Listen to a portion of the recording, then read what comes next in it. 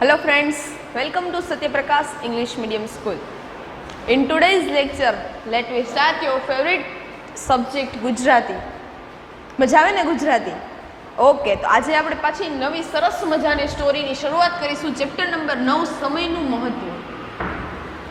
શું છે ચેપ્ટરનું નામ? સમયનું મહત્વ. समय समय बलवान है नहीं मनुष्य बलवान, काबे अर्जुन मारियो वही धनुष वही बाण. मतलब કે સમયથી મોટું કોઈ નથી. સમય બળવાન છે, બરોબર? સમય બળવાન છે. તમે ઘડિયાળને જોતા હશો, ક્યારેય સ્ટોપ થાય છે? નેવર. ક્યારેય પણ સ્ટોપ નથી થતી, કારણ કે ઘડિયાળનું કામ છે સતત ચાલતું રહેવું, સતત પ્રગતિમાં રહેવું, સતત સંઘર્ષમાં રહેવું. ઘડિયાળનું શું કામ છે? સતત પ્રગતિમાં, સતત સંઘર્ષ, સતત વેગમાં ચાલતું રહેવું. આપણે થોડોક ટાઈમ થાય ત્યાં કે આળસ આવે છે, તમે અને હું બે શું કહી?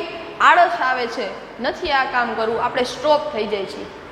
પણ ઘડિયાળ આગળથી શીખવાનું ઘણું બધું છે. સમય ક્યારેય પણ અટકવાનું નહીં અને સમયની સાથે ચાલતું રહેવાનું. હંમેશા સમયની સાથે ચાલતું રહેવાનું, કારણ કે સમય જ મજબૂત છે, સમય જ બળવાન છે. જો સમય ચૂકી ગયા, એકવાર એ પળ વીતી ગઈ, પછી એ પળ ક્યારેય ફરી આવવાની નથી. એકવાર હાથમાંથી તક જતી રહે છે, પછી ફરીવાર એ તક નથી મળતી. બરાબર? તમે સ્ટાન્ડર્ડ 4માં છો, 4થની એક્ઝામ આવે ત્યારે તમે રીડિંગ ના કરો અને એક્ઝામ ફિનિશ થઈ જાય, કમ્પ્લીટ થઈ જાય, રિઝલ્ટ આવી જાય, સારા માર્ક્સ ન આવે, પછી અફસોસ કરીએ કે મેં વાંચ્યું હોત તો. હવે સમય જતો રહ્યો છે, એ તક તમારા હાથમાંથી વહી ગઈ છે. એકવાર તક હાથમાંથી જતી રહે પછી ક્યારેય તક ફરી આવતી નથી. બરોબર? એકવાર જ્યારે હાથમાંથી સમય જતો રહે છે, ફરી ક્યારેય એ સમય પાછો આવતો નથી. માટે જ કહેવાનું છે કે સમય બલવાન. મનુષ્યોના હાથમાં કાંઈ નથી, સમય જ મહાન છે. અને સમય ચલાવનારા ઈશ્વર ભગવાન પોતે. ઈશ્વર આગળ તો આપણે બધા નાના છીએ. ઈશ્વરીય શક્તિ પાસે તો આપણે બધા નાના છીએ. સમય પાસે કોઈનું ચાલતું નથી. સમય સાથે રહેવું એ આપણા જીવનમાં ખૂબ જ જરૂરી છે. એટલા માટે જ તમારામાં ચેપ્ટર મૂક્યું સમયનું મહત્વ. સમયને સમજતા શીખો, સમયની સાથે ચાલતા શીખો, સમયમાંથી શીખતા શીખો. સમયની જેમ પ્રગતિમાં રહો, વેગમાં રહો, સમયની જેમ સંઘર્ષ કરતા શીખો. એ છે સમયનું મહત્વ. એકવાર ગાંધીજી બાપુ પાસે એક નાનો એવો સરસ મજાનો છોકરો, તમારા જેવડો, ગાંધીજી આગળ જાય છે. ગાંધીજી પાસે એક સરસ મજાનો નાનો એવો છોકરો જાય છે અને ગાંધીજીને કહે છે કે મહાન થવા માટે શિક્ષણ જરૂરી છે? મહાન થવા માટે શું ધન જરૂરી છે, પૈસા જરૂરી છે? ત્યારે ગાંધી બાપુ સરસ મજાનો જવાબ આપે છે કે મહાન થવા માટે પૈસાની જરૂર નથી, શિક્ષણની જરૂર નથી. કેવલ એક જ વસ્તુ, સમયની સાથે ચાલતા શીખો. સમયની સાથે ચાલતા શીખો, સમયની સાથે રહેતા શીખો, સમયની જેમ સંઘર્ષ કરતા શીખો. ત્યારે ગાંધી બાપુ આવો સરસ મજાનો છોકરાને જવાબ આપે છે. બરાબર? તો આ સમયનું મહત્વ, સમય ઉપરથી મેં તમને જે કીધું કે સમય બલવાન નહીં મનુષ્ય બલવાન, કાબે અર્જુન માર્યો વહી ધનુષ વહી બાણ. કૃષ્ણ ભગવાન આગળ કોઈનું ન ચાલે. તો અર્જુન સૌથી પૃથ્વી ઉપર ધનુર્ધારી કહેવાતો, તોય એને કોકના બાણથી અર્જુનને બાણ વાગી જાય છે ને એ મરી જાય છે. તો એ સમયનું મહત્વ છે. જ્યારે એનો સમય હતો ત્યારે એ સૌથી ધનુર્ધારી કહેવાતો, અને કોકના બાણથી એ પોતે મરી જાય, એ સમયનું કામ છે. એટલે હજી એકવાર ફરીથી સમય આગળથી શીખતા શીખો, સમય આગળથી ચાલતા શીખો, સમય આગળથી વેગ શીખો, પ્રગતિ શીખો, સમય પાસેથી સંઘર્ષ શીખો. બરાબર? આ સમયના મહત્વના ચેપ્ટરમાં આપણે હવે બુક તરફ આગળ વધીએ. તમારી બુકની અંદર ચેપ્ટર નંબર 9, સમયનું મહત્વ. ઓપન યોર બુક મારી સાથે. ટક ટક ટક. ઘડિયાળ સતત ચાલતું જ રહે છે.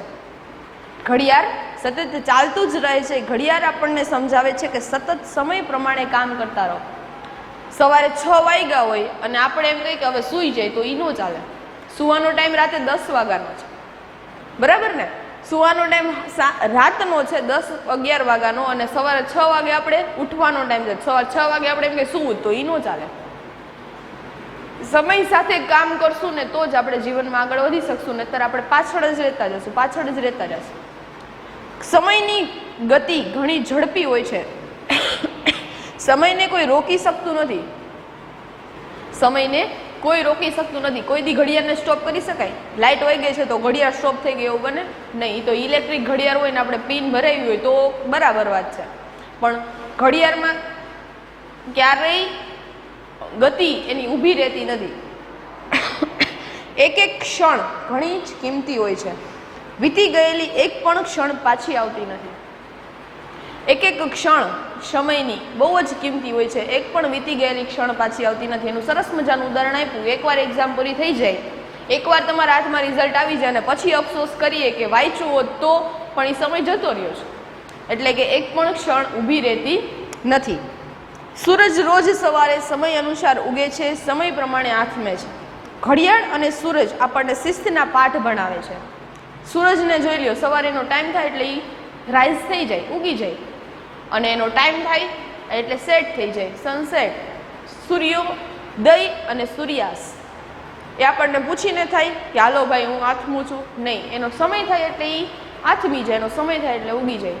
ઘડિયાળમાં એનો ટાઈમ થાય એ ટાઈમ પ્રમાણે એ સતત ચાલ્યા રાખે, ક્યારેય સ્ટોપ થતી નથી. એ આપણને શિસ્તના પાઠ શીખવે છે અને શીખવું જ જોઈએ એની પાસેથી કે સમય પ્રમાણે રહેતા શીખો. સતત કાર્યશીલ રહેવું તે જ જીવન છે. તમે થોડાક દિવસ કામ મૂકી દો, આપણું શરીર ન કામું થઈ જાય. થોડાક દિવસ તમે વિચારવાનું સ્ટોપ કરી દો તો આપણું માઇન્ડ સ્ટોપ થઈ જાય, બ્લોક થઈ જાય. સતત મગજને અને શરીરને માનસિક અને શારીરિક બંને રીતે કાર્યશીલ રહેવું જરૂરી છે જીવનમાં. જો કાર્યશીલ નહીં રહી તો આપણું શારીરિક અને માનસિક લેવલ બે ડાઉન થતું જાય અને આપણે જે પ્રગતિના પંથે જવાનું હોય, કાર્યશીલ રહેવાનું હોય, એના બદલે આપણે પાછા પડતા જઈએ, કારણ કે આપણે સમય અને શિસ્ત સાથે ચાલતા નથી. તમામ કામ સમય અનુસાર જ કરવા જોઈએ. જે માણસ સમય અનુસાર કામ કરતો નથી તે કદી પ્રગતિ કરી શકતો નથી. બરાબર? એક વખત એક વ્યક્તિ ગાંધીજી પાસે આવ્યો. તેણે પ્રશ્ન કર્યો, મહાત્માજી, જીવનમાં પ્રગતિ કરવા માટે મનુષ્યએ સૌથી પહેલાં શું પ્રાપ્ત કરવું જોઈએ? જીવનમાં પ્રગતિ કરવા માટે મનુષ્યએ સૌથી પહેલાં શું પ્રાપ્ત કરવું જોઈએ? શિક્ષણ, શક્તિ કે ધન? શિક્ષણ, શક્તિ કે ધન? શું તમારામાંથી શું વિચાર લાગે છે? શું લાગે તમને કે જીવનમાં જો મનુષ્યએ પ્રગતિ માટે શું પહેલાં પ્રાપ્ત કરવું જોઈએ? શિક્ષણ જરૂરી છે, શક્તિ જરૂરી છે કે ધન જરૂરી છે? ગાંધીજીને આવો પ્રશ્ન એક વ્યક્તિએ પૂછ્યો ત્યારે ગાંધીજીએ કહ્યું, આ તમામ જીવનમાં પ્રગતિ કરવા માટે સહાયક જરૂર બને છે, પરંતુ મારા ખ્યાલથી સૌથી અગત્યનું છે સમયની સમજ. આ બધી વસ્તુ જરૂરી છે, પણ આ બધી વસ્તુ કરતાં પહેલાં સમયની સમજ છે એ સૌથી પહેલાં જરૂરી છે. સમયની સમજ હશે તો જ શિક્ષણ મળશે, સમયની સમજ હશે તો જ તમારી શક્તિ રહેશે, અને સમયની સમજ હશે ક્ષણે, એ ક્ષણ ત્યારે જ તમારી પાસે ધન હશે. એટલે સૌથી પહેલી વસ્તુ શું છે? સમયની સમજ. પ્રત્યેકનો નિશ્ચિત સમય હોય છે. જો આપણે તેને સમજીને નિશ્ચિત સમય પ્રમાણે કાર્ય કરીએ તો જ આપણને સફળતા મળી શકે છે. કોઈ પણ વસ્તુનો નિશ્ચિત સમય છે, બરાબર? જેની વાત મેં તમને આગળ કીધી કે કોઈ પણ વસ્તુનો નિશ્ચિત સમય હોય. અર્જુનનો સમય હતો ત્યારે એ ધનુર્ધારી કહેવાતો, પણ એક સમય એવો આવ્યો કે જ્યારે કોકના બાણેથી એને મરવું પડ્યું, તો એ સમયની વાત છે. એટલે સમય પ્રમાણે કાર્ય કરીએ તો જ આપણને સફળતા મળી શકે છે. બાળકો, સમય તો જીવનમાં સફળતાની ચાવી સમાન છે. સમય અનુસાર કામ કરનાર વ્યક્તિને જ સફળતાના મીઠા ફળ ખાવા મળે છે. સમય સફળતાની ચાવી કીધી છે, કારણ કે સમય પ્રમાણે ચાલશું તો જ જીવનમાં સફળતાના ટોચ સુધી પહોંચી શકશું. અને સમય અનુસાર કામ કરનાર વ્યક્તિ જ સફળતાના મીઠા ફળ ખાઈ શકે છે. બરોબર ને? ઓકે. ઘડિયાળ આપણને સંદેશ આપે છે કે પોતાના નિયમને વળગી રહો, પોતાના સમયને વળગી રહો અને પોતાના આદર્શ પર સ્થિર રહો.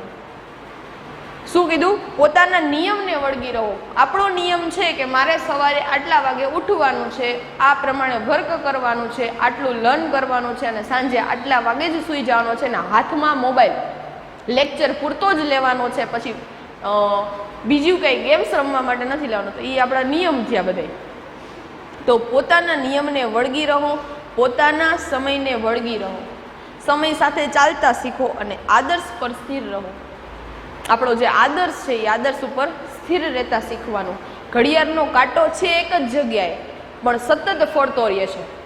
એનો આદર્શ ભૂલતો નથી ક્યારેય, બરાબર. તો આ સરસ મજાનું ચેપ્ટર સમયનું મહત્ત્વ અહીંયા આપણે પૂરું કરીએ છીએ. આજના હોમવર્કમાં તમારે આ ચેપ્ટરના જે શબ્દાર્થ છે અહીંયા તમને નીચે આપેલા છે એ તમારે ગુજરાતીની ફેરબુકમાં પહેલાં જે PDF મોકલા છે એ કમ્પ્લીટ થઈ જાય પછી શબ્દાર્થ લખવાના છે હોમવર્કમાં. નોટ ડાઉન કરી લ્યો.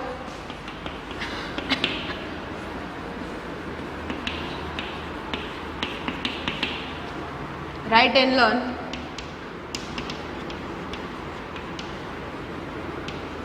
meanings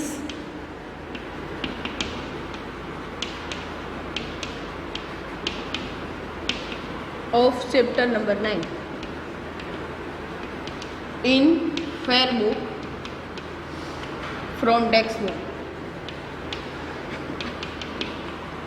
ટેક્સ્ટબુકમાંથી જોઈને આ શબ્દાર્થ તમારે ગુજરાતીની ફેર બુકમાં લખવાના છે. Okay, thank you.